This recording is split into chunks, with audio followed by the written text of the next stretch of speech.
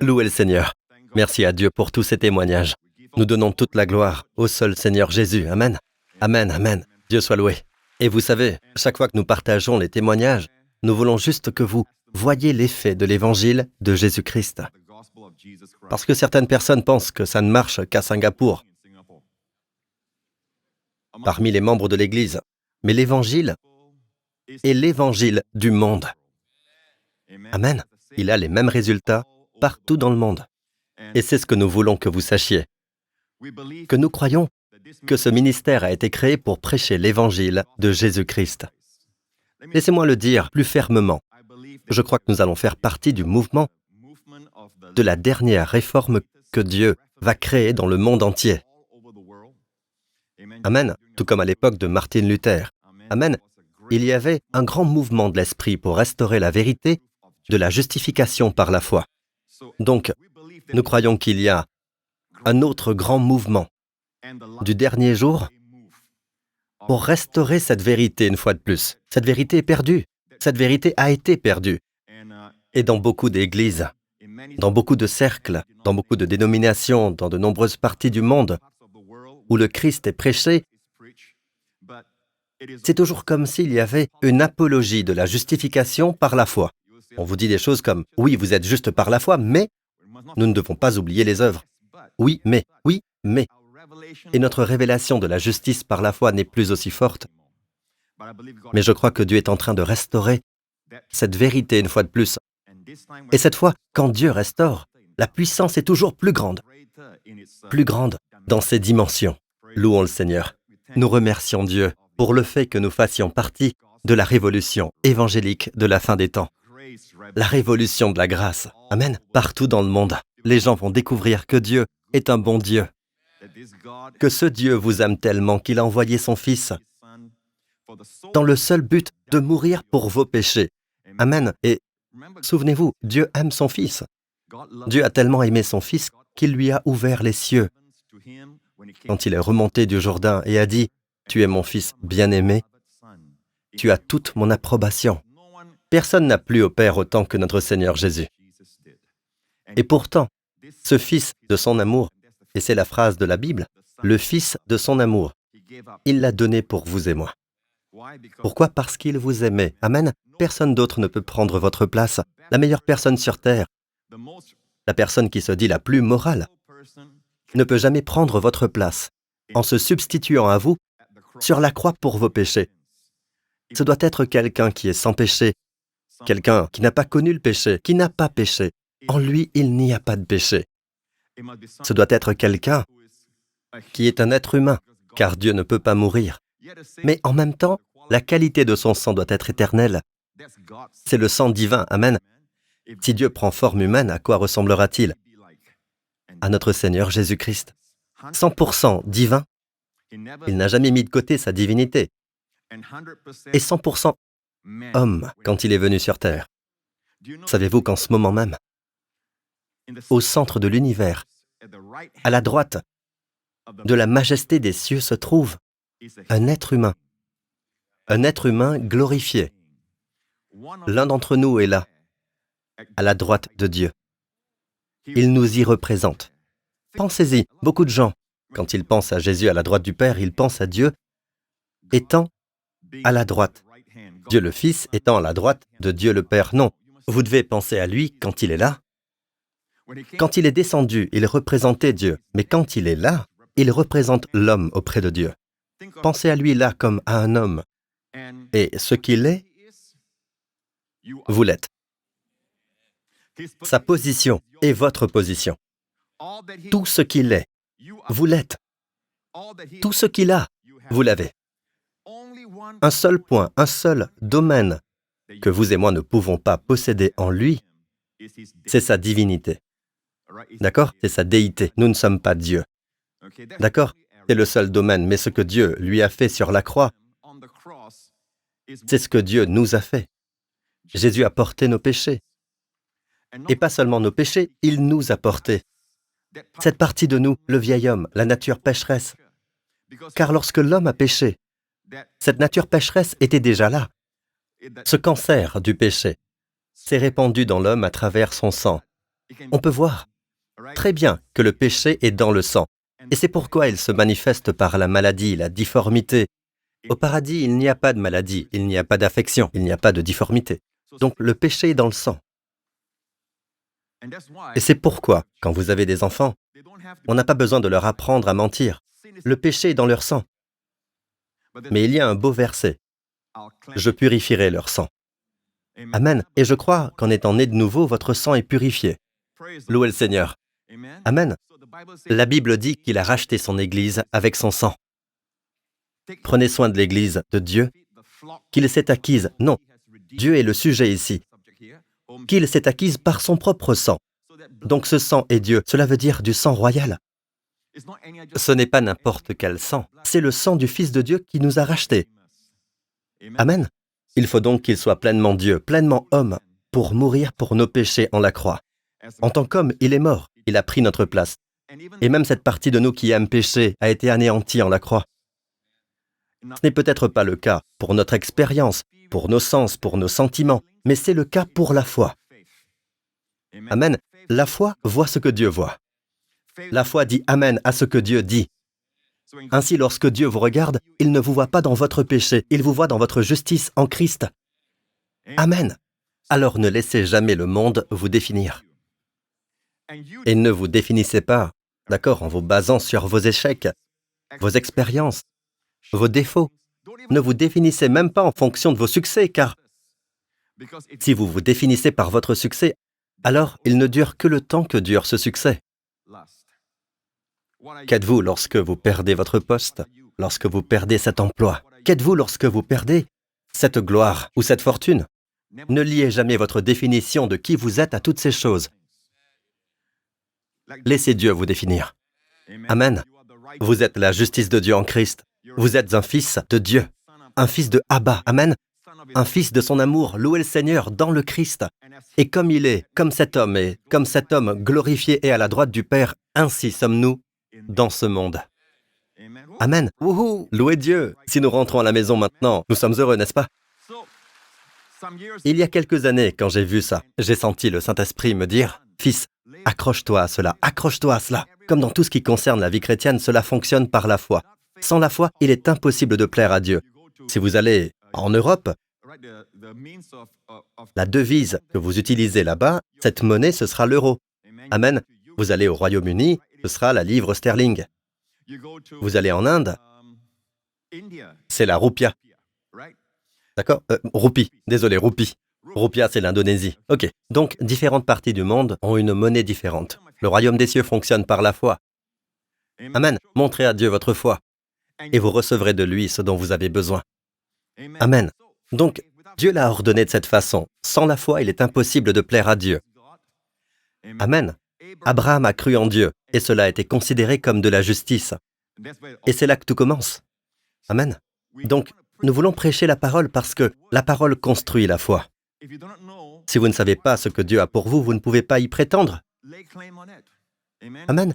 Donc il y a des années, Dieu a dit, revendiquez le fait que mon fils soit à la droite du Père. Amen, à ma droite. Et ce qu'il est, vous l'êtes aussi. Comme il est juste, vous l'êtes aussi dans ce monde. Et je l'ai déjà dit, si le verset disait, si cette parole de 1 Jean disait, comme Jésus était au passé, ce serait suffisant, non? Imaginez Jésus dans les évangiles, guérissant les malades, purifiant les lépreux. C'était Jésus, n'est-ce pas? Ce serait déjà bien d'être comme lui à l'époque. Mais ce n'est pas comme Jésus était, c'est comme Jésus est, le Christ élevé, le Christ ressuscité, glorifié à la droite du Père. Ce que Jésus est, nous le sommes aussi dans ce monde. Pas quand nous mourrons, dans ce monde. Et je crois la parole de Dieu. Alors Dieu m'a dit, commence à croire, de quoi as-tu besoin? Alors je commence à prêcher que si vous souffrez de dépression, croyez. Est-ce que Jésus fait une dépression en ce moment? Bien sûr que non. Comme Jésus, vous êtes libre de cette dépression dans ce monde. Amen. Jésus est-il juste? Jésus s'est-il jamais inquiété d'être exclu de la communion? N'oubliez pas, le même corps de Jésus qui a porté vos péchés en la croix. Personne n'a porté autant de péchés que Jésus, quand on y pense. En la croix, il a porté les péchés du monde sur son corps. En l'espace de quelques jours, quand il est entré au ciel, où sont tous vos péchés? C'est le même corps. Où sont vos péchés? Disparus. C'est une œuvre parfaite. J'ai dit que c'est une œuvre parfaite. Où sont vos péchés aujourd'hui? Disparus. Pourquoi? Parce que vos péchés étaient sur son corps. Comprenez bien cela. Vos péchés étaient sur son corps lorsqu'il était sur la croix. 3 jours après, il est ressuscité et est retourné auprès du Père. Amen. A aspergé le sang. Et où sont vos péchés? Disparus. Amen. La Bible le dit ainsi. Après avoir accompli la purification de nos péchés, il s'est assis. Amen. Alors on commence à dire, comme Jésus est, quel que soit votre besoin. Vous avez l'impression d'avoir des problèmes de mémoire? Dites, Jésus, a-t-il un problème de mémoire? Non. Il se souvient parfaitement de tout. En fait, il y a une phrase qui s'appelle la pensée de Christ. Amen. La pensée de Christ, quand Dieu a créé l'homme, il l'a fait avec un esprit beau et parfait.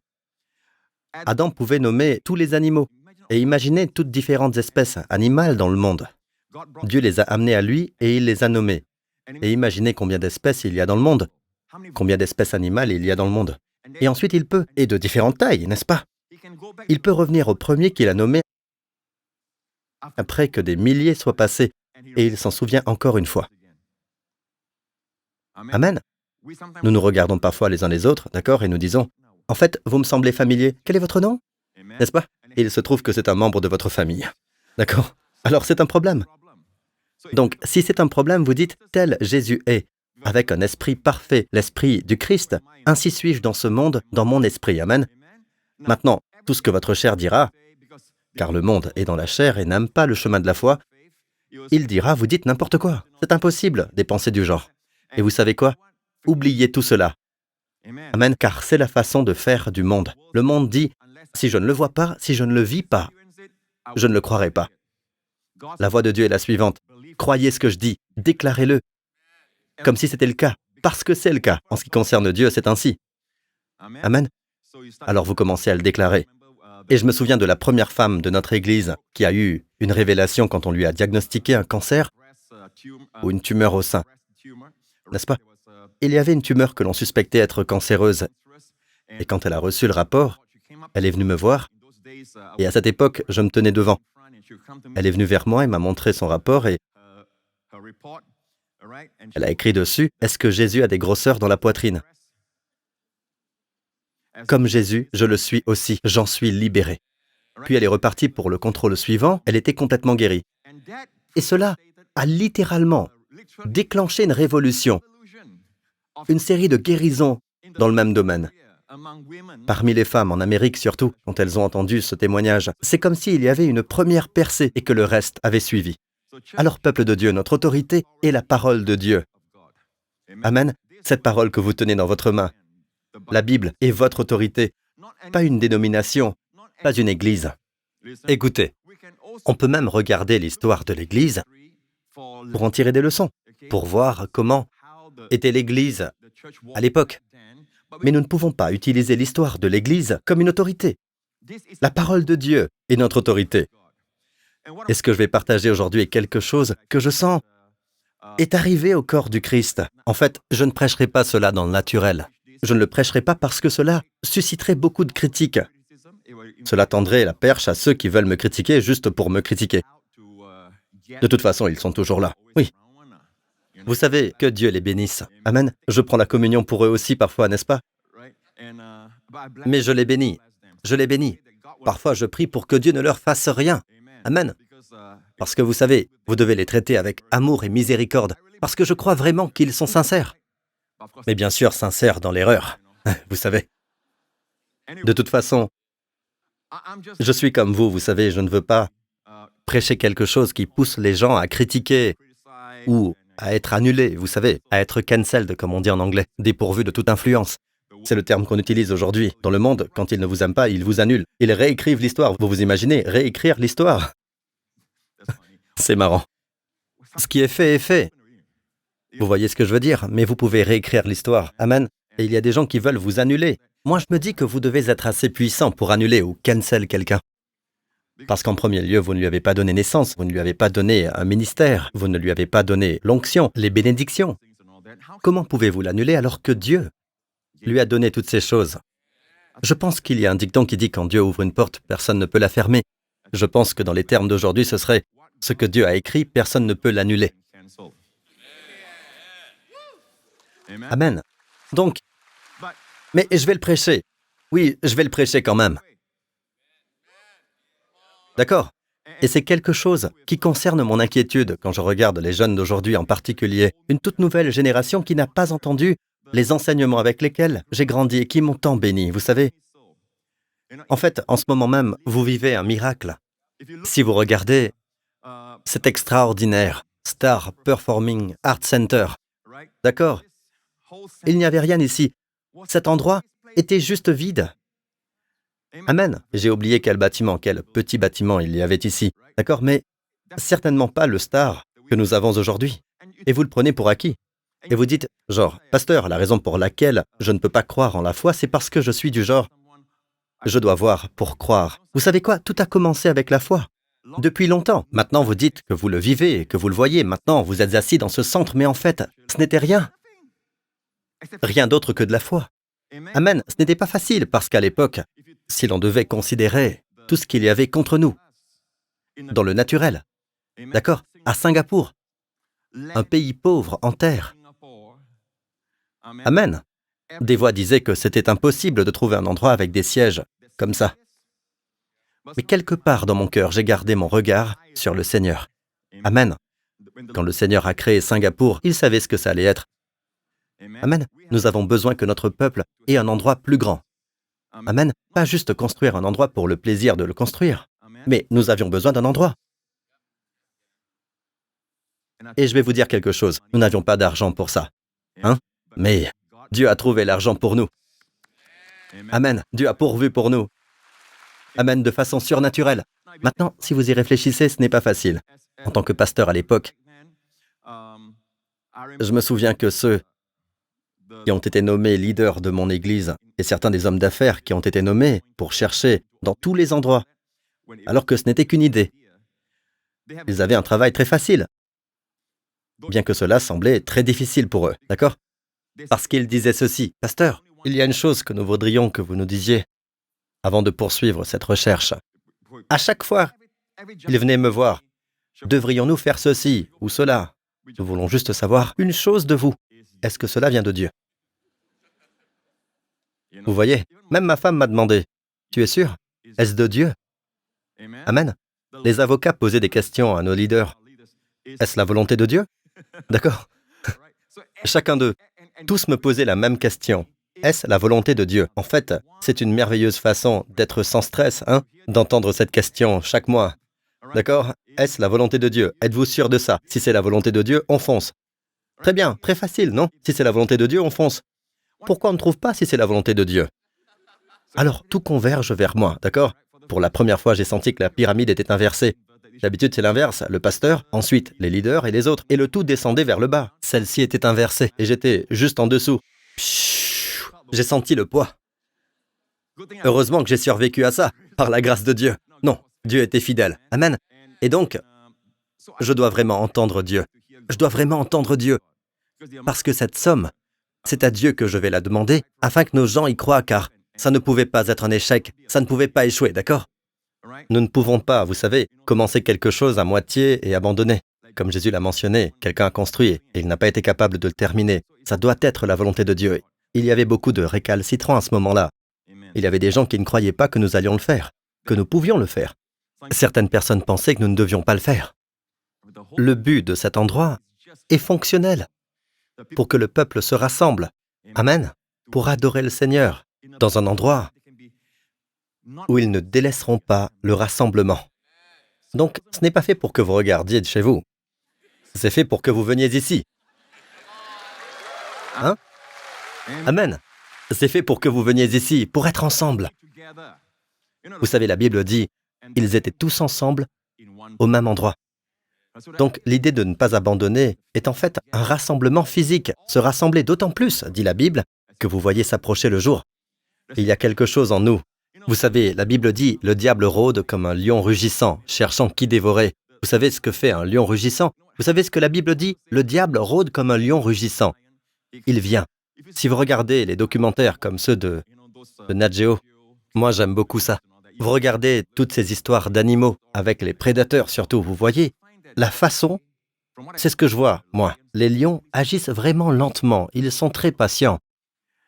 Et quand ils voient un groupe de gazelles ou de zèbres par exemple, ils identifient quelqu'un qui est faible. D'accord? Et puis ils prennent leur temps. Ils suivent le troupeau, ils n'attaquent pas, ils n'attaquent jamais. Ils n'attaquent jamais quand le troupeau est vraiment fort et solidaire. Ils attaquent quand le troupeau est confus ou qu'ils laissent derrière eux un retardataire qui est blessé par exemple.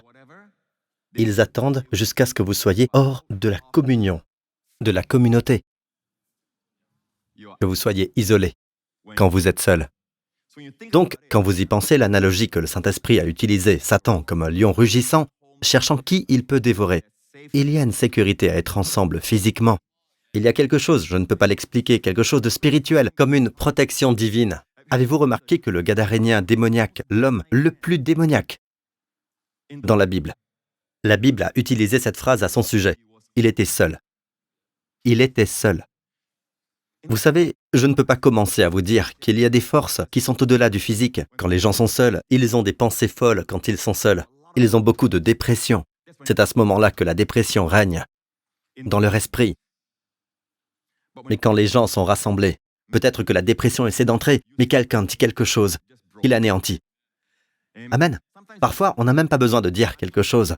Je suis juste en présence du peuple de Dieu et quelque chose dans leur esprit. Ils ont le Saint-Esprit en eux. Ça me soulève. Je ne suis pas sûr d'avoir entendu Dieu, mais quelqu'un dit quelque chose et je me dis, c'est impossible qu'il sache ce que je traverse. Et ce qu'il a dit a confirmé ce que Dieu a dit. La Bible dit, là j'envoie, Dieu dit, le lieu de l'unité, le lieu du rassemblement. Là j'envoie la bénédiction, la vie pour l'éternité. Alors c'est ça que vous allez prêcher, Pasteur Prince, qui va provoquer une certaine controverse? Non, non, non. En fait, ça va causer beaucoup de controverses. D'accord? Eh bien, voilà. Bien que je sois d'accord, que je considère qu'il y a des enseignements extrêmes et des enseignements erronés sur la prospérité, laissez-moi vous dire ceci, c'est un enseignement valide et juste que Dieu est en train de restaurer dans les derniers jours. Tout comme Dieu a restauré le baptême du Saint-Esprit, ce n'était pas le cas à l'époque de Luther. Luther ne parlait pas du baptême du Saint-Esprit, du parler en langue, et de tous les dons du Saint-Esprit qui ont été restaurés. Ce n'était pas le cas à son époque, mais dans l'histoire de l'Église, il y a eu une restauration progressive, une restauration progressive.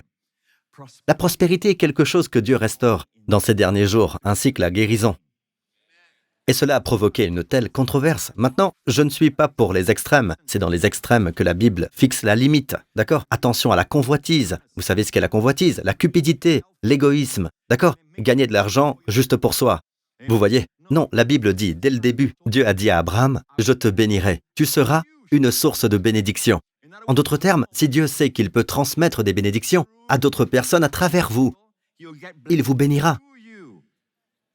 Amen. Il peut vous faire confiance pour cela. Amen. Donc, à cause de cet enseignement extrême et d'autres choses extrêmes que les gens évoquent sur les médias sociaux, avec l'avènement des médias sociaux, les gens regardent tous ces enseignements extrêmes et ils sont rebutés et je ne les blâme pas. Je ne les blâme pas du tout. Amen. Parce qu'on ne leur enseigne pas la parole de Dieu. D'accord? Nous avons donc toute une nouvelle génération de personnes qui passent maintenant de l'autre côté.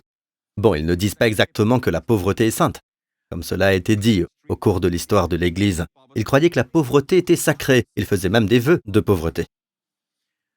Maintenant, ils basculent de l'autre côté et nous avons toute une génération de personnes qui ne sait pas quoi faire durant cette récession. Nous avons beaucoup de jeunes gens qui viennent de se marier. Et le logement est si cher. Ils ne savent pas quoi faire. Et Dieu a commencé à me parler récemment et m'a dit, « Fils, toutes les choses qui ont fait de toi ce que tu es au fil des ans, quand tu étais jeune et quand tu as entendu ces messages. Amen, le bon message, la bonne parole. Amen, bien sûr, Dieu m'a éduqué au fil des ans. Amen.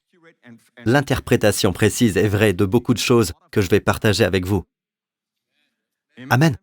Alors que nous entrons dans cette récession mondiale, dans ces derniers jours, car c'est l'un des signes de la fin des temps. Pas seulement les pandémies, pas seulement la peste, mais aussi la famine. Vous vous souvenez que Jésus a parlé de la famine? Nous y entrons donc. Maintenant, à Singapour, nous sommes bénis. Amen. Notre gouvernance financière est très bonne. Nous remercions Dieu pour un gouvernement bon et honnête. Amen. Mais cela ne veut pas dire que nous ne le ressentirons pas. Nous allons le ressentir. Nos jeunes le ressentent, surtout les jeunes. Et c'est ainsi que Dieu m'a parlé à ce sujet. Si tu ne le prêches pas, que leurs esprits sont maintenant ouverts pour le recevoir. En fait, ils ont vu les aspects négatifs dans les médias sociaux. Ils ont vu l'autre côté, ils sont dégoûtés. Beaucoup de jeunes sont rebutés quand ils entendent ça. Et maintenant, ils sont accablés et leurs esprits sont fermés. Dès qu'ils entendent quelqu'un prêcher que Dieu veut vous rendre propre, ils ferment leur esprit. Je me souviens quand j'étais jeune, je n'avais pas beaucoup d'argent pour acheter un livre chrétien. Je lisais un livre et je suis tombé sur ce verset. Je pense que c'est probablement l'une des premières fois que je suis tombé sur ce verset. J'étais alors un très jeune homme et il est dit « Joseph fut amené en Égypte et Potiphar l'acheta. » C'était un esclave. Et puis il est dit « Joseph était un homme qui faisait tout prospérer et l'Éternel fut avec lui. » Peut-être que j'ai aimé ce verset quand je l'ai lu parce que c'est le même nom. Pas vrai? Alors, je me suis dit « Waouh !» J'ai commencé à me dire « Attends une minute. Quoi que cela signifie pour ce Joseph dans la Bible, je le veux. » Vous pouvez dire ce que vous voulez, Dieu n'est pas là pour la prospérité, l'évangile de la santé et de la prospérité, tout ça. Vous pouvez dire ce que vous voulez, mais quand la Bible parle de ça, je le veux. Le voulez-vous? C'était un homme qui faisait tout prospérer et l'Éternel fut avec lui. Oh pasteur, ça veut dire que tout ce que Joseph a fait, ça a prospéré spirituellement dans le monde spirituel. Très bien, si c'est le cas, je le prends. Je peux. Mais vous savez, ça ne veut pas dire que c'est une prospérité spirituelle. Parce que la Bible dit, Potiphar vit. Potiphar est un païen, aussi païen qu'un païen puisse l'être. Et il a vu que le Seigneur était avec Joseph. Il vit. J'ai dit, il vit que le Seigneur était avec Joseph. Et ce qu'il a fait, et l'Éternel fut avec lui.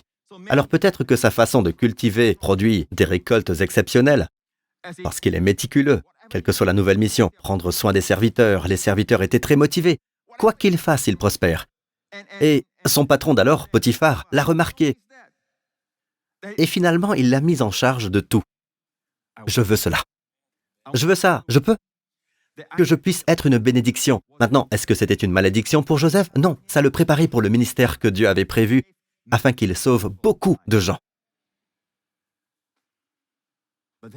Alors beaucoup de jeunes gens vous demandent, est-ce important, pasteur, que je crois ou que je ne crois pas? Oui, parce que tout fonctionne par la foi.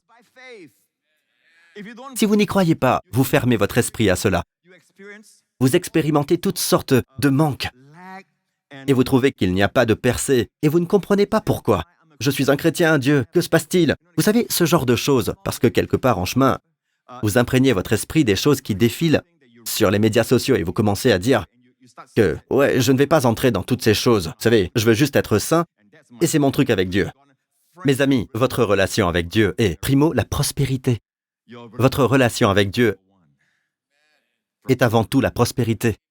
Pour être en accord avec Dieu, diriez-vous que c'est la prospérité? Un homme vraiment prospère. Et c'est ce que nous recevons, amen. Nous sommes maintenant la justice de Dieu en Christ. Celui qui n'a pas connu le péché, il l'a fait devenir péché pour nous, afin qu'en lui nous devenions justice de Dieu. C'est un don. Je n'ai rien fait pour être juste, Jésus n'a rien fait pour devenir le péché.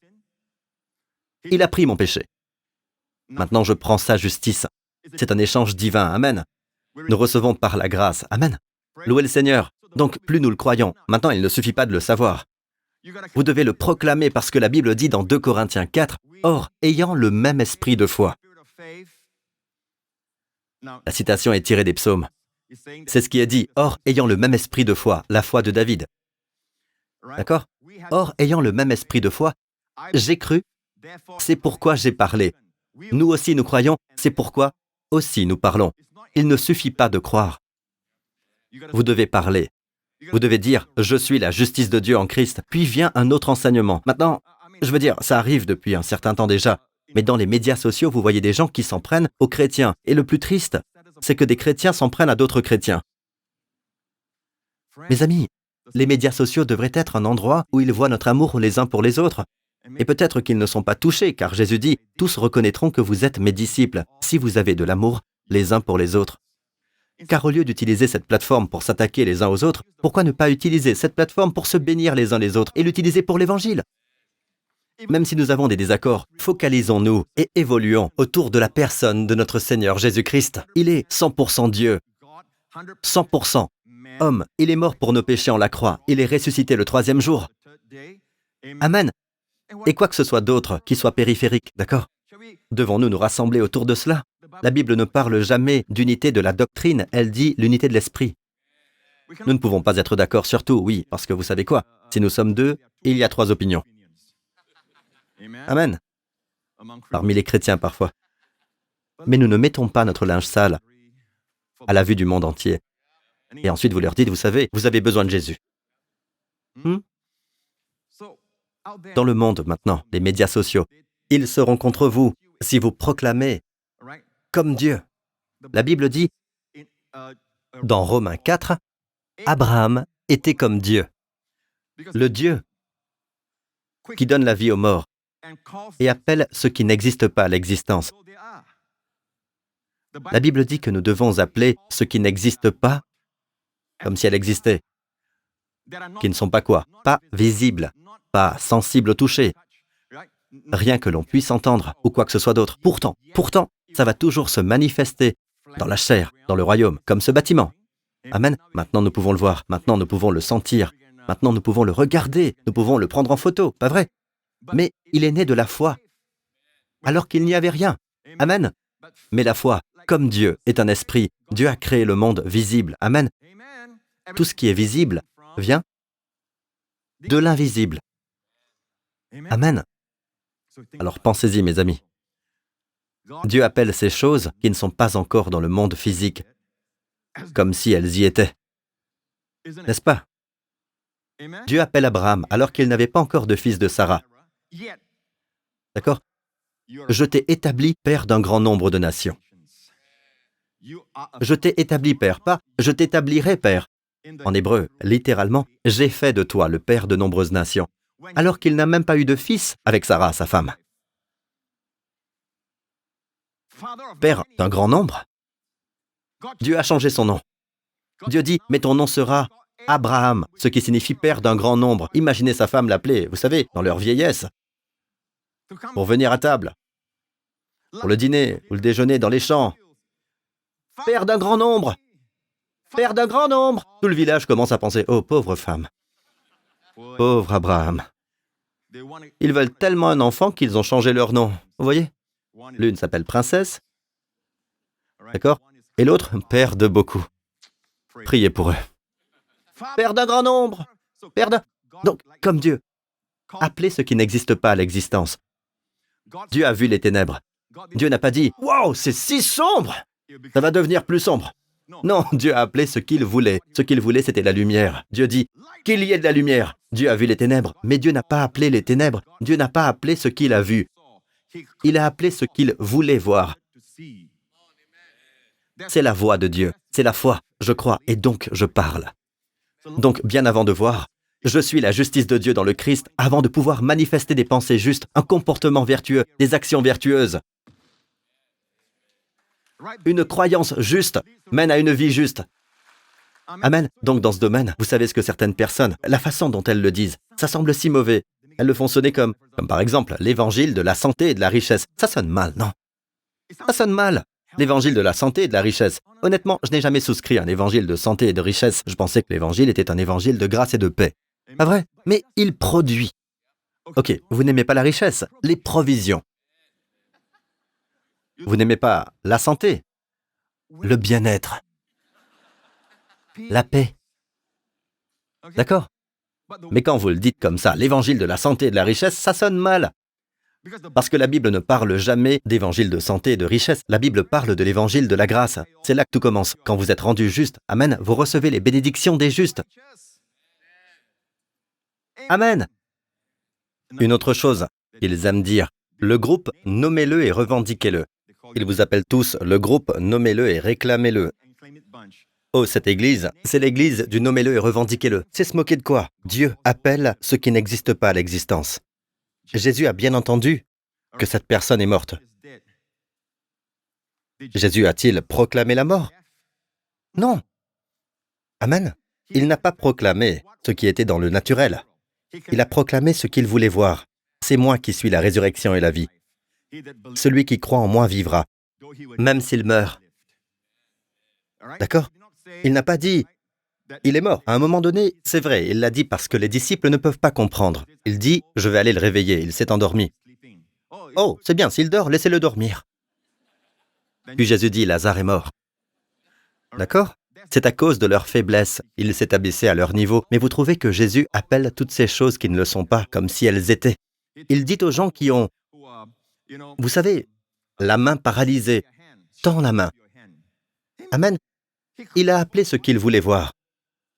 La plénitude dans cette main. Lève-toi, prends ton brancard et marche. Amen. N'aie pas peur, crois seulement et elle sera sauvée. Amen. C'est ça la foi.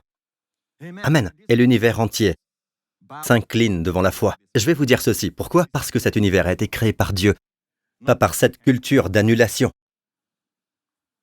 pas par ces gens qui essaient maintenant de dominer le monde. Il ne l'a pas été. Est-ce que vous écoutez? Alors quand vous entendez ce genre de choses, n'allez pas vers ça. D'ailleurs, il y a des extrêmes. Il y a des gens qui disent « Je revendique la Cadillac de cette personne. Je revendique la Lamborghini de cette personne. On ne revendique pas les Lamborghini des autres. Allô, réveillez-vous !» Votre Dieu n'est pas si pauvre au point de réclamer le bien des autres. Et tout ce qu'il réclame, c'est la Lamborghini, la Ferrari, ce genre de choses, vous voyez. Je veux dire, c'est ce que vous désirez, mais est-ce que Dieu répond à cette prière? Ce sont les choses qui donnent une mauvaise réputation au véritable enseignement. Dieu veut que nous voyions la prospérité avec un but. Le but d'être une bénédiction pour beaucoup. Donc, la première chose que nous devons établir, c'est que vous devez croire. Pourquoi? Pourquoi devons-nous croire? Est-ce que c'est important? Croire ou ne pas croire? Est-ce important, pasteur, si je crois? C'est important parce que votre esprit, vous ne le réalisez même pas, votre esprit est ouvert. Quand vous croyez que Dieu veut que vous l'ayez, que Dieu veut vous faire prospérer, votre esprit est ouvert. C'est le domaine de la foi. Et vous commencez à voir percée après percée, miracle après miracle, bénédiction après bénédiction, alors que dans le naturel, il n'y en a pas. Mais d'un autre côté, si vous ne croyez pas ça, que vous le fuyez, vous ne recevrez pas, bien que ce soit pour vous. Dieu ne vous forcera jamais à recevoir quelque chose que vous ne voulez pas recevoir. Vous savez, avant d'être sauvé, vous pouviez même être contre le Christ, être contre les chrétiens et vous moquer d'eux, se moquer de l'Église, par exemple. D'accord? Comment êtes-vous sauvé? Vous avez entendu la parole. Il n'y a pas d'autre moyen. La foi vient en entendant, par la parole de Dieu. Soit quelqu'un partage avec vous la parole de Dieu, sur le salut, sur le Christ, sur l'Évangile, ou vous avez vu l'Évangile être prêché. C'est toujours la parole. Amen, que l'on regarde, que l'on entend. Et alors vous avez la foi. Et alors vous pouvez être sauvé. Donc, comme dans tout, vous devez entendre la parole. Et c'est pourquoi je prêche. Est-ce que vous écoutez, les amis? Maintenant, nous allons vers des jours difficiles, d'accord? Retour à la Genèse 26. Le fils d'Abraham, Isaac. Il y eut une famine dans le pays, en plus de la première famine de l'époque d'Abraham. Et Isaac se rendit vers Abimélec, le roi des Philistins à Guérar. Dites famine. Dites famine. Donc, la famine est une période de manque. OK? Maintenant, cette famine, elle est mauvaise. D'accord? Ça veut dire qu'il n'y a pas assez à manger. Vos cultures ne peuvent pas pousser. Et la Bible ajoute que c'était une famine qui était sévère. Tout comme au temps de, si vous continuez à lire, c'est le temps d'Abraham qui était sévère. Et le temps de Joseph était aussi sévère. Chaque fois que la famine vient dans ce monde, donc nous voyons que la famine arrive périodiquement dans le monde. D'accord? En quoi cette famine peut nous apprendre quelque chose sur aujourd'hui? Vous savez, quand on lit la Bible, comme je vous l'ai dit dans la leçon sur comment étudier la Bible, beaucoup de choses ont été écrites dans le passé, dans les histoires de l'Ancien Testament et tout ça. Ce sont des tupos, des types que nous devons apprendre pour aujourd'hui. En d'autres termes, Dieu les a mises là parce que c'est très pertinent. Il nous parle d'aujourd'hui. Dieu qui a vu l'avenir l'a mis dans le livre à ce moment-là pour qu'il nous parle. Quand? Dans le futur, mais de ce qui s'est passé alors. Et ce qu'ils ont fait alors est donc ce que nous pouvons faire aujourd'hui. Et le résultat qu'il y a eu à l'époque est celui que nous pouvons voir aujourd'hui. Amen. Vous me suivez jusqu'ici? Donc, premièrement, nous avons déjà établi que nous sommes la semence d'Abraham. N'est-ce pas? Si vous êtes de Christ. Êtes-vous de Christ? Demandez à votre voisin s'il l'est. Être de Christ, c'est-à-dire appartenir au Christ. Êtes-vous quelqu'un qui appartient au Christ? Vous êtes de Christ? Bien. Si vous êtes de Christ, vous êtes donc quoi? Vous êtes donc la semence d'Abraham et héritier selon la promesse. Héritier selon la promesse. Amen. Donc vous êtes l'héritier selon la promesse, l'image la plus claire d'une semence directe. Une semence directe d'Abraham. Nous connaissons la semence qui surpasse toutes les autres à laquelle Dieu se réfère, c'est le Christ. Et si vous êtes de Christ, vous êtes en lui. Comme il est, nous sommes aussi, vous voyez, n'est-ce pas? Vous êtes donc la semence d'Abraham. Mais une illustration directe de cela est Isaac.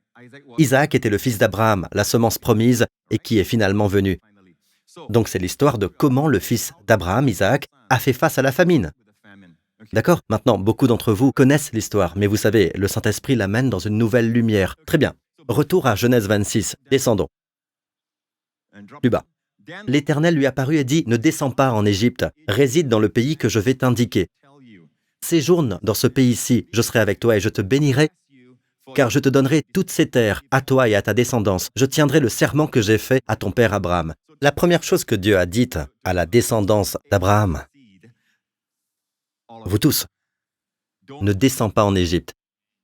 Qu'est-ce que ça veut dire? Quand la famine arrive, n'abandonnez pas les voies de Dieu pour utiliser les voies du monde. Et souvenez-vous de ceci, chaque fois qu'il est question de l'Égypte, c'est toujours « descends ». Viens, montons sur la montagne du Seigneur.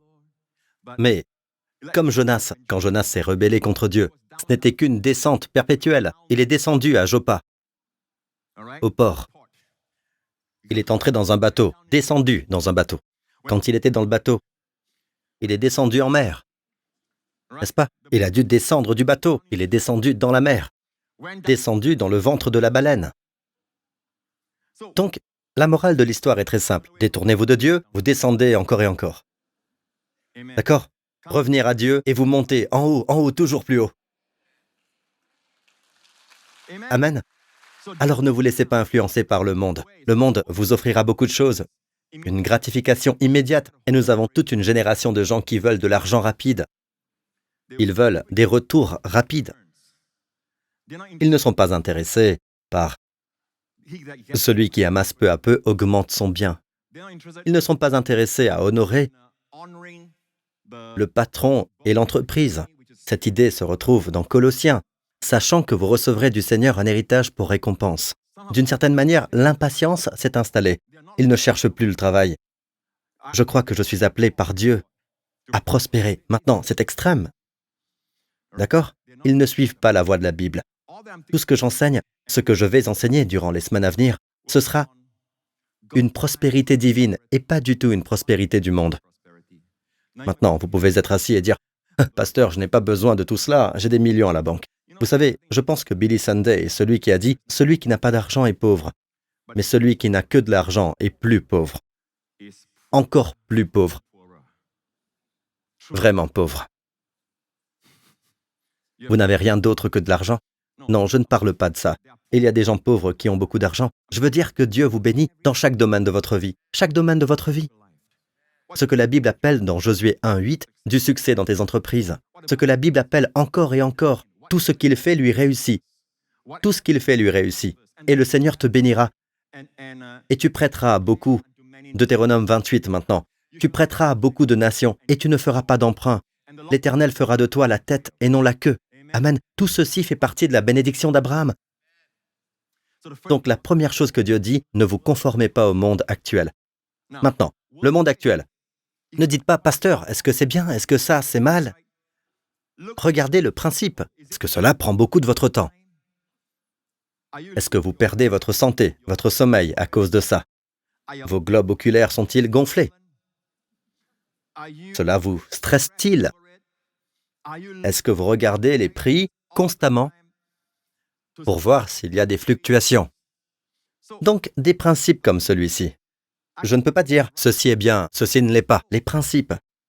Dieu ne donne pas avec tous ses chagrins. Il y a un verset qui dit « c'est la bénédiction de l'Éternel qui enrichit ». Et écoutez, et il ne la fait suivre d'aucun chagrin. Lisez ce que ça veut dire en hébreu. Elle ne s'accompagne pas de labeur douloureux. Il n'ajoute aucun chagrin, la douleur n'est pas là. Vous écoutez, peuple de Dieu. Il n'ajoute pas de labeur douloureux. Etsef, douleur, pas de labeur douloureux. Donc, quand Dieu vous bénit, Amen, même si vous travaillez dur, il y a un plaisir. Vous savez, vous les bodybuilders, ceux qui font du bodybuilding, je pense que nous en avons un ou deux devant nous. On les a assez vus, hein? Mettez la caméra sur moi, d'accord? Je veux dire, vous savez ce qu'on dit, on n'a rien sans rien, pas vrai? Mais en fait, ce qu'ils vous diront, c'est que la douleur ne doit pas être atroce, elle ne doit pas être aiguë, il faut que ce soit agréable dans un sens. Oui, l'exercice doit être agréable, c'est un effort, pas un effort douloureux. Ou alors, vous vous faites du mal. Maintenant, nous commençons à le découvrir, pas vrai? Vous devez faire de l'exercice. Oui, il y a du travail, de la sueur, entre autres, mais il ne faut pas en arriver au point où l'on est essoufflé et où la douleur est aiguë, d'accord? Alors, mes amis, quand Dieu vous bénit, tout dans votre vie est béni. Quand Dieu dit « je te bénirai », alors Dieu dit « séjourne dans ce pays-ci ». C'était Guérard. « Séjourne dans ce pays-ci et je te bénirai ». Qu'est-ce que Dieu veut dire là? C'est le débat sur la bénédiction. Vient-elle de Dieu ou quoi? Qu'est-ce qu'une bénédiction? Oh, Pasteur Prince, la bénédiction signifie que vous avez la paix dans votre cœur. Et quand vous dites paix, d'où vient ce mot, la paix dans votre cœur? La paix est dans le cœur et dans l'esprit, oui. Mais où l'avez-vous trouvée? De la Bible. Amen. La Bible parle de la paix. Amen. Et d'où vient ce mot? Paix. D'où ce mot vient-il? De la Bible. Amen. Et le mot grec dans le Nouveau Testament pour la paix, c'est aerin. Et dans l'Ancien Testament, le mot pour paix, c'est quoi? Shalom. Maintenant, shalom. Si vous demandez à n'importe quel hébreu quand vous allez en Israël, beaucoup d'entre vous vont y aller d'ailleurs, très bien, demandez-leur que signifie shalom. Est-ce que shalom est seulement la paix de l'esprit et du cœur? Non, shalom, c'est la santé. Ils vous le diront. Shalom, c'est la prospérité. Quand ils disent shalom, ils disent que tout aille bien pour vous à l'intérieur et autour de vous. Amen. Mais Pasteur Prince, c'est vous qui dites ça, pas vrai? Ou ce sont eux qui le disent? Peut-être que la Bible voulait dire autre chose. Bon, voyons ce que dit un spécialiste de la langue.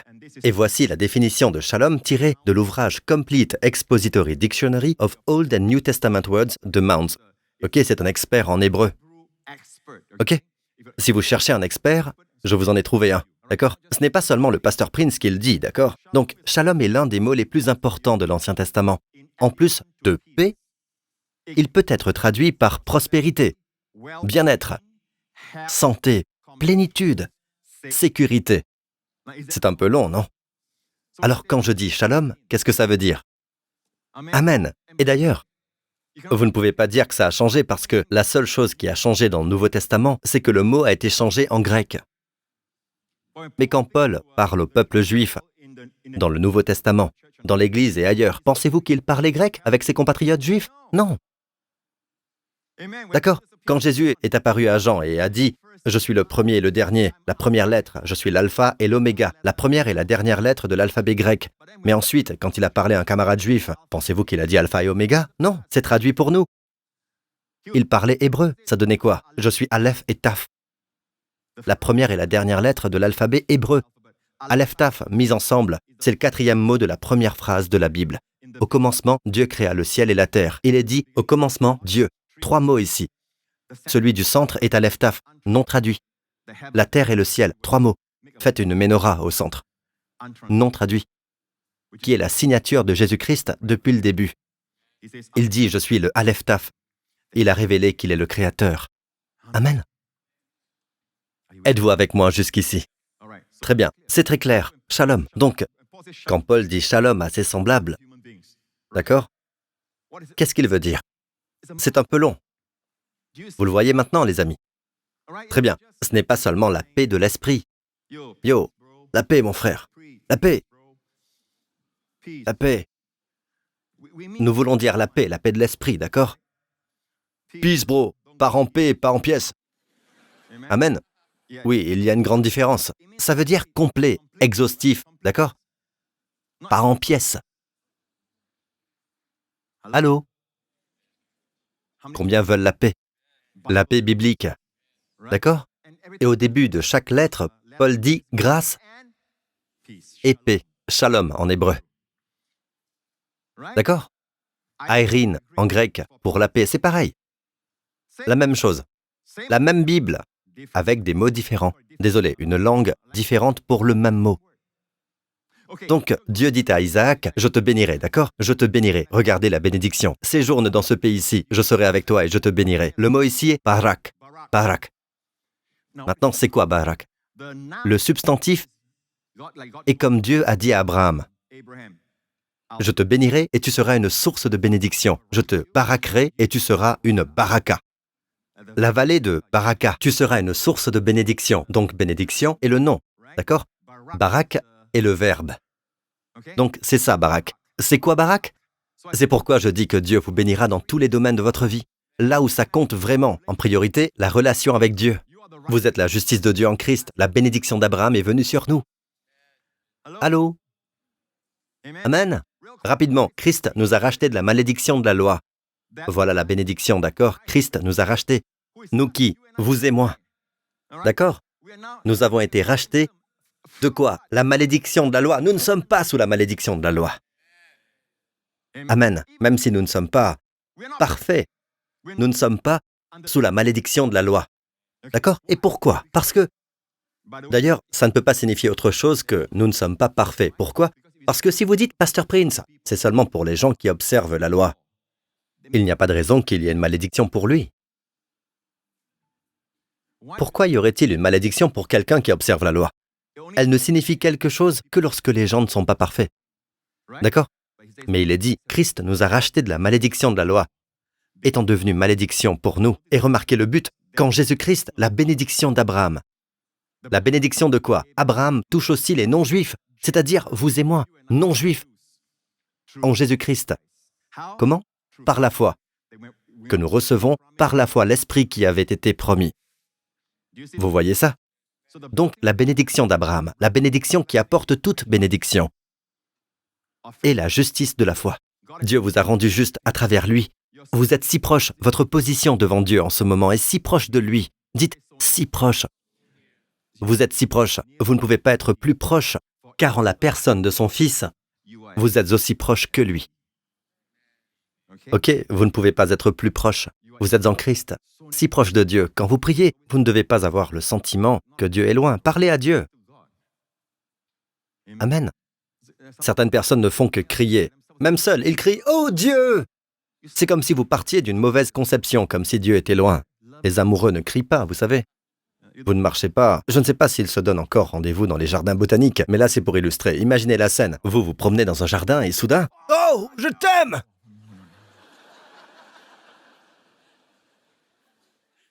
Qu'est-ce que tu veux? De l'amour? Je t'en donne! C'est un couple japonais. Ou encore, oh que j'aime être avec toi! C'est super! Et tous les singes se bousculent et vont se cacher dans les arbres. Moi aussi, je t'aime, chérie! Eh ben, dis donc. Et tout le monde sait où ils sont. Vous voyez? Personne ne fait ça. Les amoureux ne crient pas. Ils chuchotent. Je t'aime. Je t'aime. Je t'aime moi aussi. Amen. Surtout devant les parents. Je t'aime. Parfois de très loin, du genre.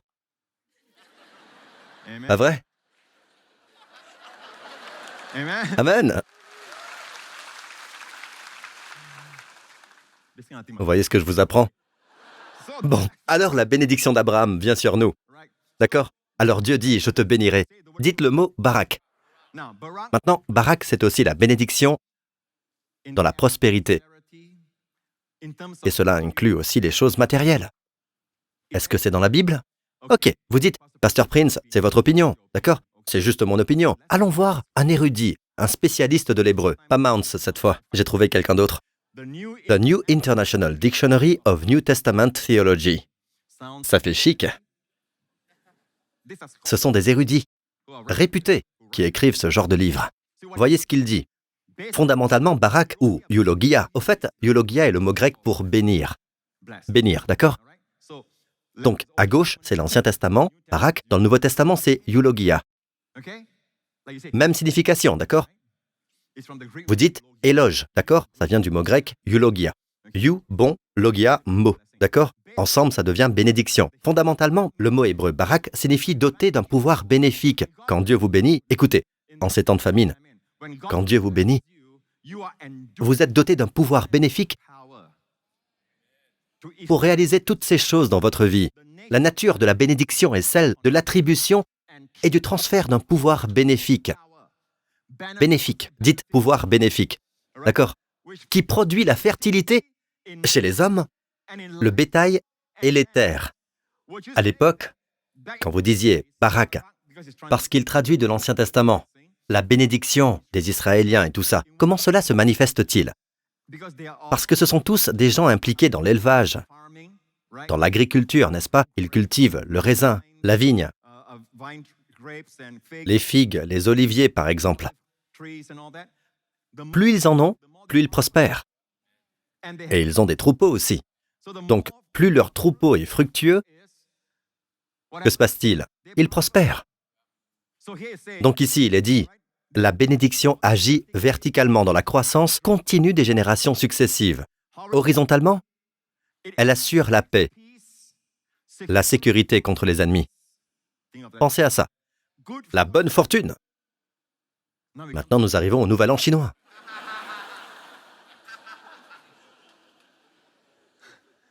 Est-ce que c'est un livre d'études chrétien? Et le bien-être. Qu'est-ce que ça veut dire, le bien-être? Ça veut dire qu'on est toujours malade, fatigué, sans énergie, déprimé? Est-ce cela le bien-être? Non. Le bien-être d'une tribu ou d'un groupe, exprimé de la manière la plus complète dans le concept de shalom, bien-être encore une fois. Donc, Barak et Shalom sont très proches, vous voyez ça? Très bien. Si ce livre n'est pas suffisant, laissez-moi vous montrer un autre livre. C'est le Theological Word Book of the Old Testament. Votre Académie de la Grâce a commencé, pas vrai? C'est votre Theological Word Book of the Old Testament. Maintenant, regardez ça. Bénir signifie doter d'un pouvoir de réussite, de prospérité, de fécondité, de longévité. Vous savez ce qu'est la fécondité? Ça veut dire que vous êtes très fécond, que vous avez beaucoup d'enfants. Combien veulent être bénis? Combien veulent la fécondité? Ok, au moins vous savez que vous êtes fécond. Vous la voulez, que vous l'utilisiez ou pas, peu importe. Vous êtes fécond. Très bien. Fécondité signifie avoir beaucoup d'enfants. Ça veut dire que vous êtes très fructueux. Fécondité. Pour les animaux, comme les moutons, qu'ils élèvent, les chèvres et les vaches, par exemple. Quand ils ont la fécondité, ils ont beaucoup de petits, ce qui augmente la richesse des gens de l'époque. Mais dans notre contexte, qu'est-ce que ça signifie? Nos affaires, notre ministère prospère, augmente. Vous voyez, Dieu ne pense pas que lorsque ces choses augmentent, c'est une malédiction. Il n'aurait pas mis le mot « bénir ». Aujourd'hui, nous entendons que la bénédiction, c'est du genre, quand Dieu enlève quelque chose, c'est pour vous bénir, mes amis. Quand vous ne vous sentez pas bien, c'est une leçon, une bénédiction pour vous. Quelle est la leçon? Je veux connaître la leçon rapidement. Je veux la prendre vite pour que cette leçon puisse être raccourcie. D'accord? Non. Parfois, cela vous met à terre avant même que vous ayez appris la leçon. Non, mon ami. Si c'était vrai, si c'était uniquement ceux qui sont toujours fauchés ou pauvres que Dieu appelle pour prêcher l'Évangile, uniquement ceux qui sont toujours malades, toujours démotivés que Dieu appelle pour prêcher l'Évangile, l'Évangile n'aurait jamais fait le tour du monde. Pensez-y, mes amis. Qui est derrière cette élimination systématique de cet enseignement dans l'Église? Pourquoi? Parce qu'il essaie d'empêcher l'Évangile de se répandre. Pensez-y, si vous étiez toujours fauché, pourriez-vous parrainer l'Évangile? Non. Si vous étiez toujours malade, pourriez-vous voyager partout pour partager avec les gens ou simplement faire des efforts tout en étant toujours démotivé? Non. Est-ce là l'armée que Dieu lève pour prêcher l'Évangile de Jésus-Christ? C'est ce que le diable veut vous faire croire. Écoutez bien, je ne suis pas pour l'amour de l'argent. Établissons cela une fois pour toutes. Et la Bible dit que c'est l'amour de l'argent qui est un problème, d'accord? 1 Timothée 6. L'amour de l'argent est en effet à la racine de tous les maux. Ne dites pas « l'argent est la racine ». Lisez attentivement. L'amour, l'avarice, l'amour de l'argent est en effet à la racine de tous les maux. C'est étonnant. Vous savez, je peux faire tout un sermon sur ce sujet. Tous les maux peuvent être ramenés à l'argent. Vous pensez que, oh, ça n'a rien à voir avec l'argent, mais ça peut être lié à l'argent. Tous les maux dans le monde d'aujourd'hui peuvent être attribués à l'argent. Les gens disent, beaucoup d'animaux ont disparu, pourquoi? L'amour de l'argent. Beaucoup de choses. Tous les mots signifient toutes sortes de mots. Vous savez comment enlever l'amour de l'argent dans votre vie? Vous ne voulez pas que toutes sortes de mots se manifestent dans votre vie, n'est-ce pas? Vous savez comment l'enlever? La dîme. C'est pourquoi Dieu donne la dîme, et c'est pourquoi elle est tellement attaquée par l'ennemi. Amen. La dîme est la preuve que même si vous êtes béni, vous n'oubliez jamais que Dieu est votre source. Honore l'Éternel de tes biens et des prémices de tout ton revenu, et tes greniers se rempliront d'abondance, et tes cuves regorgeront de moût. Honore l'Éternel de tes biens et des prémices, ta dîme, de tout ton revenu.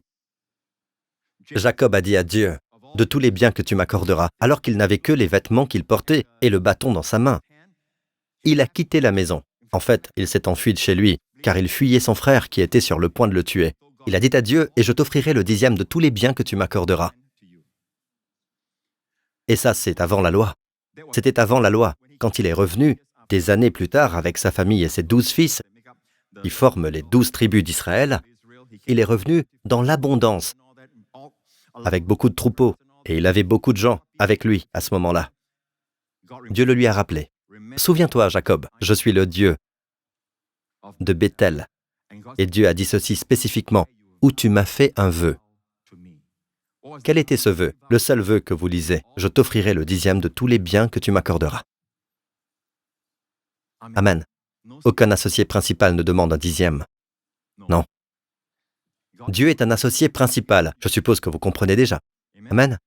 Encore une fois, détendez-vous. Détendez-vous. Respirez. Est-ce que je vous demande de payer la dîme? Non. Ce message de la dîme, la Bible le dit dans Hébreux, c'est pour les gens. C'est du solide. C'est pour les gens qui ont une révélation. Dieu ne prend pas la dîme des gens qui n'ont pas de révélation. Et c'est pourquoi c'est si contesté. C'est toujours valable aujourd'hui. Amen. Et c'est triste quand vous avez des gens qui disent « Oh, vous savez, je ne crois plus en ceci, je ne crois plus en ça », sans même connaître les répercussions de ce qu'ils disent. Et maintenant, avant la pandémie, tant d'églises, nous remercions Dieu pour notre église. Les gens de notre église sont formidables. La New Creation Church est bénie. Je dois le souligner. Mais oui, vous le méritez. Amen. Je vous salue. Vous savez, en tant que pasteur bénévole, j'aime venir ici pour prêcher. Amen. Vous devriez prendre soin de tous ces gens qui touchent un salaire. Amen. J'aime cette église. Et vraiment, nous aidons d'autres églises.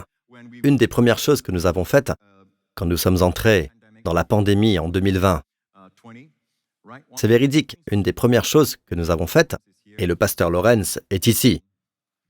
Maintenant, vous pouvez vous concentrer sur le pasteur Lawrence, qu'il soit d'accord ou pas.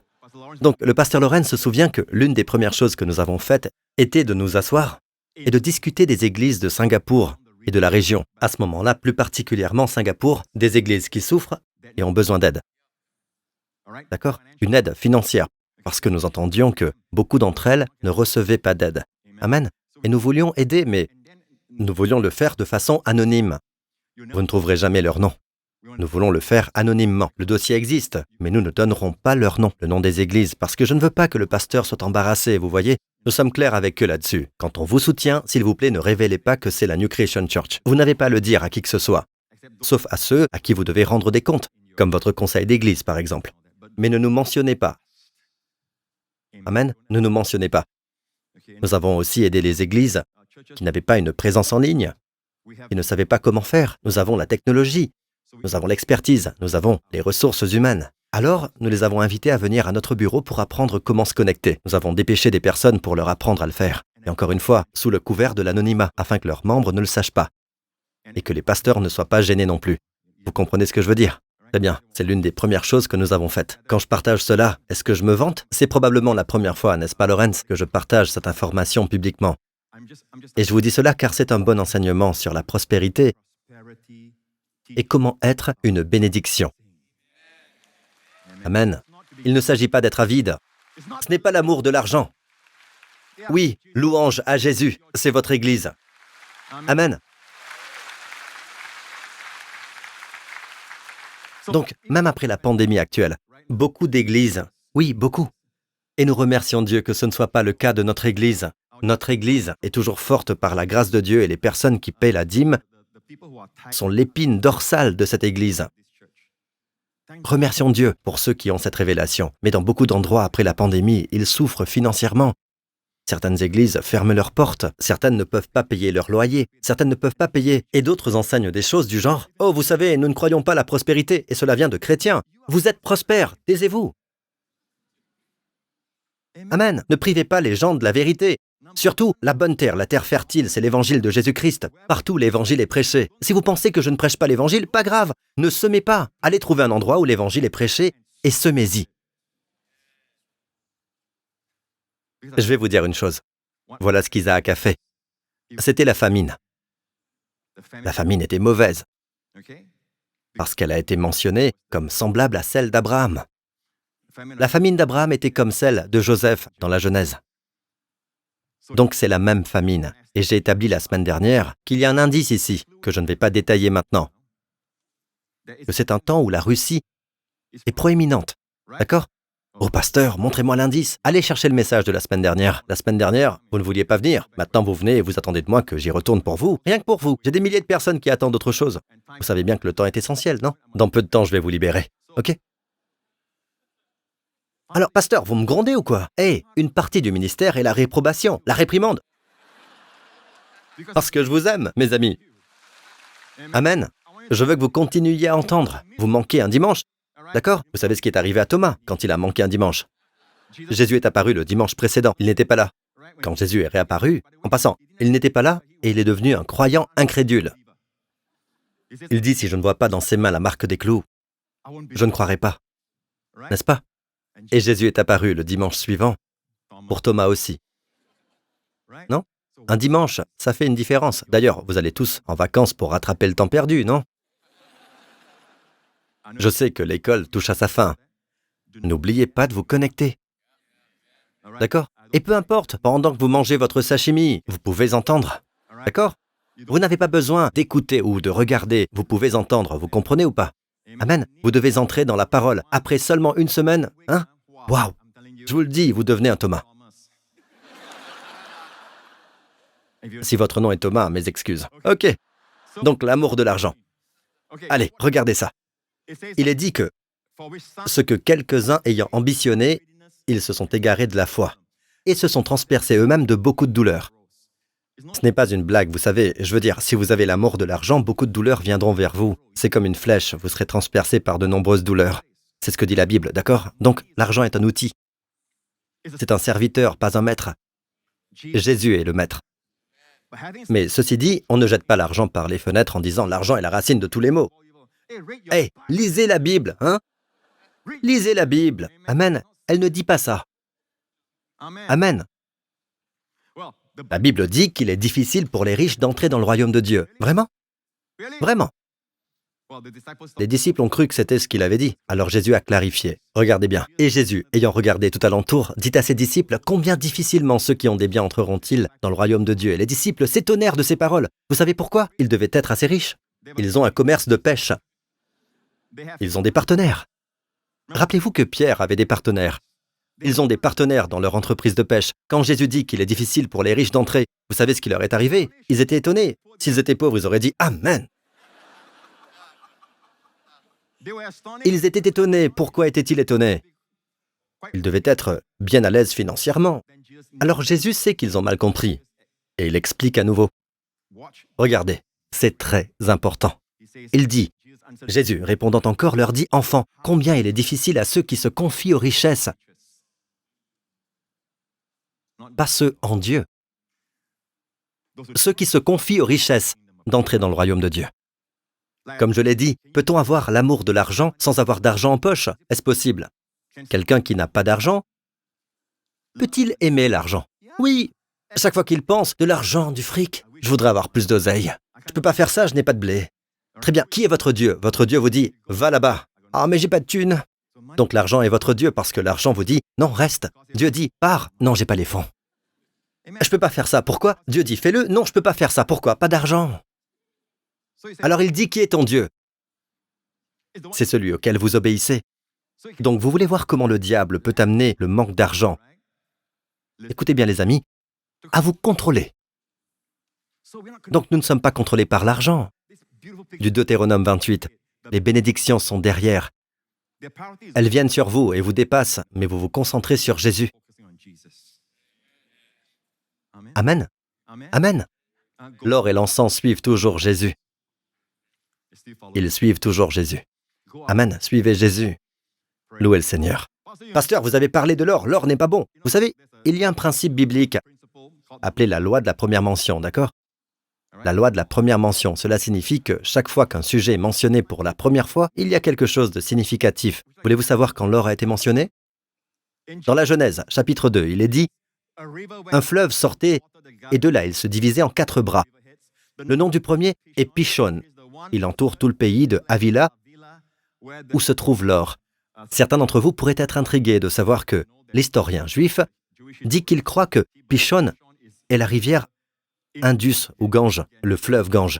Maintenant, il y a beaucoup d'opinions à ce sujet, d'accord? Je vous dis juste ce que Joséphus croyait. Le nom du premier est Pishon. Mais maintenant que la terre est divisée, donc toute la géographie a changé. Donc une des rivières s'appelle Pishon. Il entoure tout le pays de Havila, où se trouve l'or. L'or de ce pays est pur.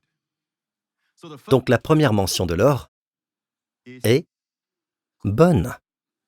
Je ne fais que lire la Bible, les amis. Je ne fais que lire la Bible.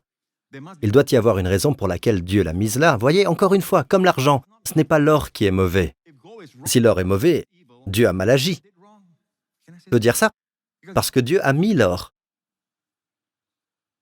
Hey.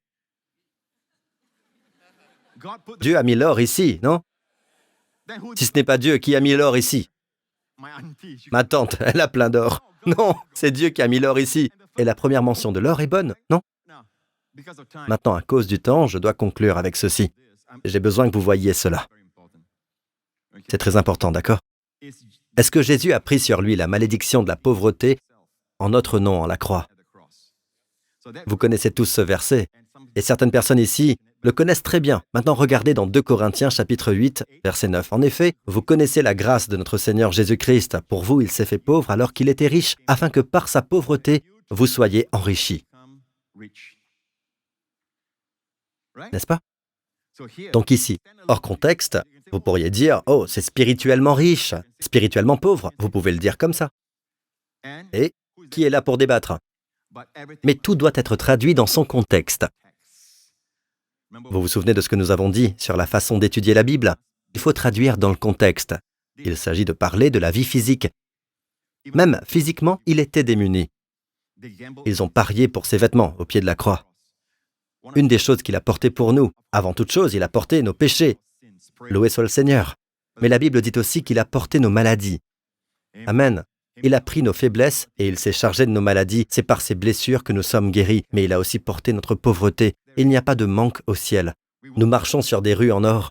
Il y a quelque chose qui cloche au paradis. Vous ne vous y sentirez pas à l'aise. Vous direz à Dieu, mon Dieu, je pense que c'est un peu grandiose. Plus de sobriété. Nous ne voulons pas que les gens disent de toi, Dieu, que tu crois à l'évangile de la santé et de la richesse. D'accord?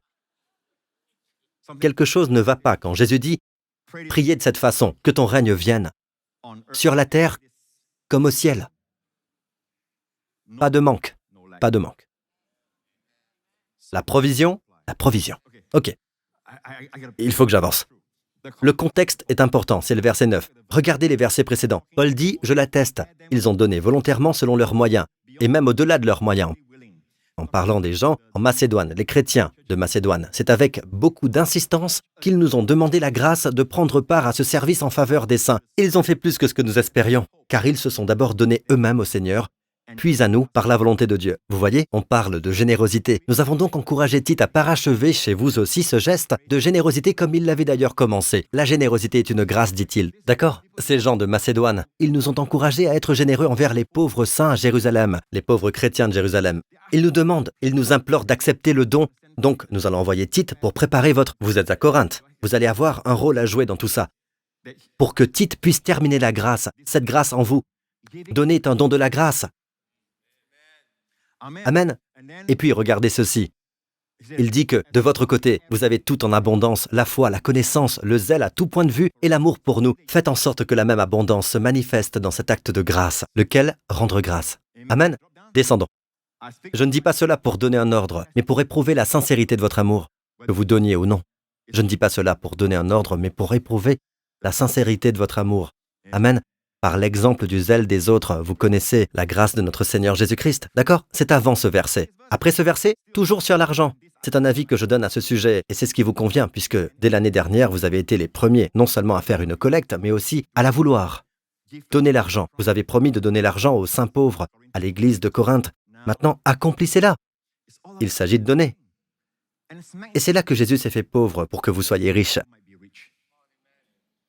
J'ai dit que Jésus s'est fait pauvre pour que vous soyez riches, traduit dans le contexte. Au fait, c'est le chapitre quoi? Le 8e.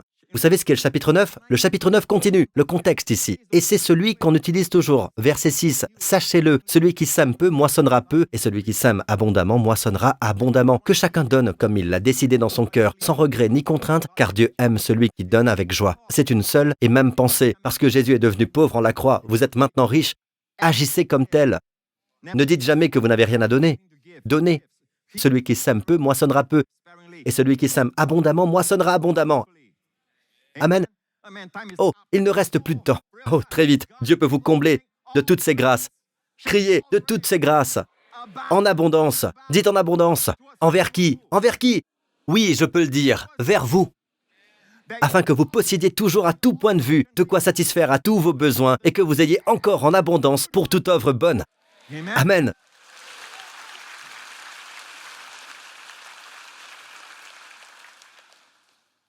Et je n'ai pas encore fini. Sur Isaac. Eh oui. Vous voulez que je termine? Eh bien, terminons sur Isaac, et ensuite je vous renverrai chez vous, d'accord? Très bien. Isaac.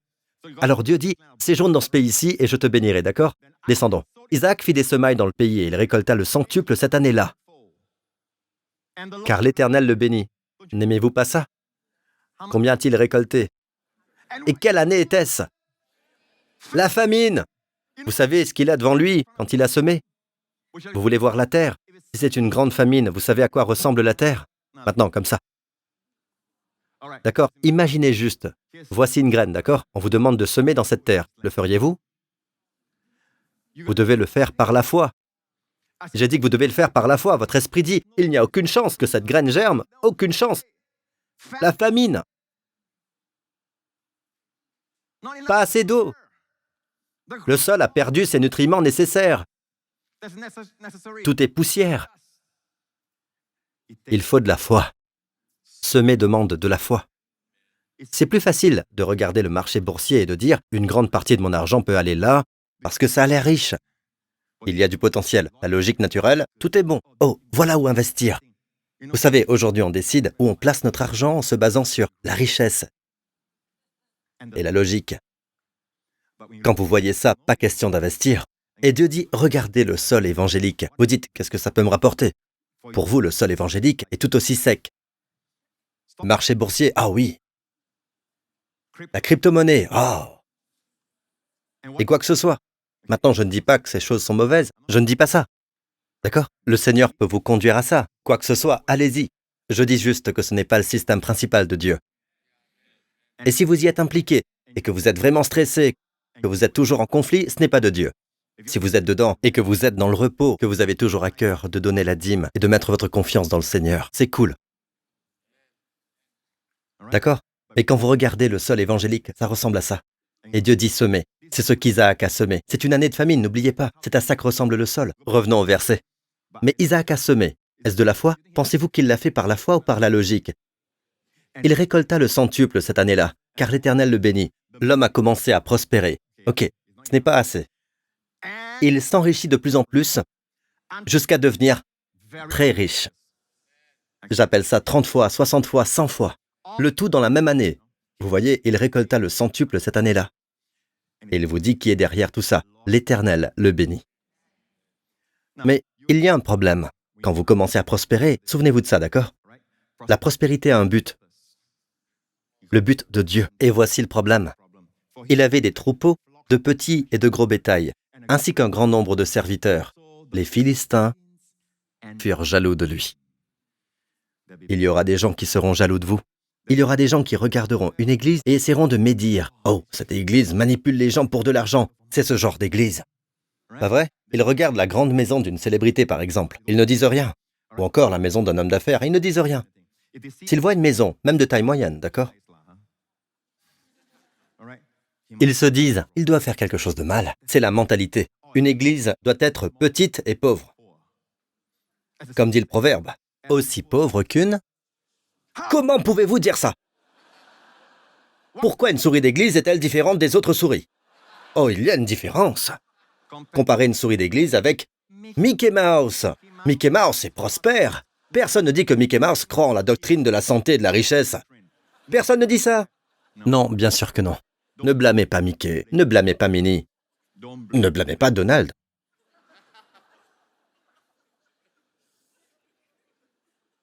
C'est la chair. La chair n'aime pas que le peuple de Dieu prospère. Ils peuvent prospérer, mais pas vous. Et les gens religieux. Malheureusement, le côté religieux du christianisme, d'accord, ne donne pas d'alternative, pas de voie médiane. Comment on peut être de bons intendants de l'argent de Dieu? Comment devenir des intendants fidèles de l'argent de Dieu? Si vous dites que Dieu ne prospère pas, il ne viendra pas à votre rencontre. Amen. Et je ne fais que commencer. Je ne fais que commencer une série. J'aimerais avoir plus de temps. J'aimerais que cette journée entière soit un séminaire. Je pourrais aller ligne après ligne, approfondir certaines choses. Mais combien sont heureux quand la croix, une des choses qu'il a payées pour nous, il est devenu pauvre. Lui qui a projeté les étoiles, les galaxies, l'univers, dans l'espace. Lui. La Bible dit que les bêtes des montagnes par milliers lui appartiennent. Il a mis les diamants, les améthystes, les rubis, les saphirs, l'or sur cette terre. Quand il est venu, il s'est dépouillé de tout cela. Et on la croit. Il est mort. Il est mort comme un pauvre homme, sans rien. Pourquoi? Était-il pauvre? En lui-même, non. Il l'a fait pour vous. Ça fait partie de l'œuvre de rédemption, de l'œuvre expiatoire, qu'il porte nos péchés et vous recevez sa justice. Il a porté votre maladie, vous recevez sa guérison et sa santé. On la croit, il a été rejeté afin que vous soyez acceptés. Il dit, mon Dieu, on la croit pour que vous puissiez dire, mon Père, mon Père. Et il a aussi porté votre pauvreté. Recevez-vous ses richesses. Amen. Et souvenez-vous, cette richesse est toujours un canal. Ce n'est jamais comme une mère morte. C'est moi, c'est à moi, je veux garder tout ce que j'ai. Non, non, non. Je prends tout ce qu'on m'offre, je mets le tout au coffre et je tiens la garde. Ce n'est pas la voie de Dieu. Amen. La voie de Dieu est une sortie, toujours une bénédiction, toujours donnée, toujours semer, chercher des opportunités, surtout l'évangile de Jésus-Christ. Vous devez croire que la dîme appartient à l'église locale. Et si vous m'écoutez et que vous venez d'une autre église, s'il vous plaît, ne donnez pas la dîme à cette église. Amen. Donnez la dîme à votre église locale. Et quand vous le faites, faites-en un acte d'adoration, comme il le faisait au temps de la Bible. Amen. Apportez-le devant Dieu et dites, Dieu, je t'apporte une portion, mes prémices comme un honneur, comme une adoration pour toi. Je sais, Seigneur, que cet argent que j'ai vient de ma sueur, de mes larmes, tout au long du mois. Toutes les difficultés, mais c'est grâce à toi que je les ai surmontées. De peur que je ne dise que ma puissance et la force de mes mains m'ont apporté cette richesse. Mais je me souviens de toi. Tu es celui qui me donne le pouvoir d'obtenir la richesse pour que tu puisses établir l'alliance. Merci, Père. Et je reçois des fenêtres du ciel, des bénédictions en abondance, plus que je ne saurais recevoir. Merci, Père. Faites-en un acte. Ce n'est pas banal. La Bible parle de payer la dîme, c'est adorer le Seigneur avec la dîme. Amen. Et pour ceux qui veulent discuter de la dîme, ce n'est pas l'endroit pour ça. Le temps est écoulé. Trop tard. Ok, alors louez le Seigneur. Tous ceux qui sont ici, baissez la tête, fermez les yeux. J'ai un autre message que je prêche sur la dîme qui est disponible, je pense, sur YouTube. Ok, je le prêche à Hillsong en 2019. Vous pouvez le voir. D'accord, c'est toujours disponible. Mon nom est Joseph Prince. Faites une recherche. Baissez les têtes, fermez les yeux. Maintenant, si vous n'avez jamais fait de Jésus votre Sauveur et Seigneur personnel, mes amis, vous venez d'entendre l'Évangile. J'ai partagé qu'il a porté vos péchés, il a porté votre malédiction. Il a même pris votre pauvreté sur lui. Et mes amis, pourquoi a-t-il fait cela? Pour que vous puissiez recevoir l'échange divin, recevoir sa justice. C'est là que tout commence. Proclamez Jésus comme votre Seigneur. Proclamez Jésus comme votre Seigneur et croyez dans votre cœur à la justice. La Bible dit que si vous faites cela, vous êtes sauvés. Si c'est vous, où que vous soyez en ce moment, avec moi, dites ceci de votre cœur. Père Céleste, je te remercie pour Jésus-Christ, ton Fils bien-aimé. Je te remercie que le Christ soit mort en la croix pour tous mes péchés, pour toutes mes maladies. Et il a même porté ma pauvreté en lui, en la croix. Au nom de Jésus, je reçois sa justice, sa santé et sa richesse. Au nom de Jésus, je confesse que Jésus-Christ est mon Seigneur et mon Sauveur. Je déclare que Jésus est ressuscité et qu'il est assis à la droite du Père. Là où il est, c'est là où je suis, aux yeux de Dieu, pour toujours. Merci Père, au nom de Jésus. Amen. Amen. Louez le Seigneur. Amen. Levez-vous. Si vous avez fait cette prière, mes amis, vous êtes maintenant un enfant de Dieu. Vous êtes maintenant une nouvelle création. Les vieilles choses dans votre vie, dans votre homme spirituel, sont toutes passées. Toutes les choses intérieures sont devenues nouvelles. Et un jour, vous aurez un corps nouveau aussi. Louez le Seigneur. Jésus revient pour nous. Amen. Levez vos mains, vous tous ici présents. Cette semaine, Père, protège ton peuple, Seigneur. Tout au long de cette semaine, protège leurs enfants, leurs proches. Je prie tout au long de cette semaine. Bénis-les richement, Père. Et particulièrement, dans ce domaine que nous étudions, accorde-leur, Père, une vraie révélation de ta part sur combien tu veux qu'ils soient bénis. Car le Seigneur prend plaisir à la prospérité de son serviteur. Tu l'as déclaré dans ta parole. Alors, Père, tout au long de cette semaine, je prie pour que... Vous savez ce que je vois? Je vois Dieu prendre plaisir à vous donner cette révélation. Il se réjouit de votre prospérité. Oh, quelle image en ce moment que Dieu veut vous montrer. Amen. Il veut vous faire prospérer. Imaginez que vous êtes un Joseph, un homme prospère. Et tout ce que vous faites prospère. Amen. Amen. Tout ce que vous faites prospère. Imaginez-vous comme ce Joseph. Amen. Mais vous allez tous commencer à prospérer à partir de ce jour. Au nom du Seigneur Jésus, parce que vous avez la juste foi. Amen. Que Dieu vous bénisse. Nous nous reverrons.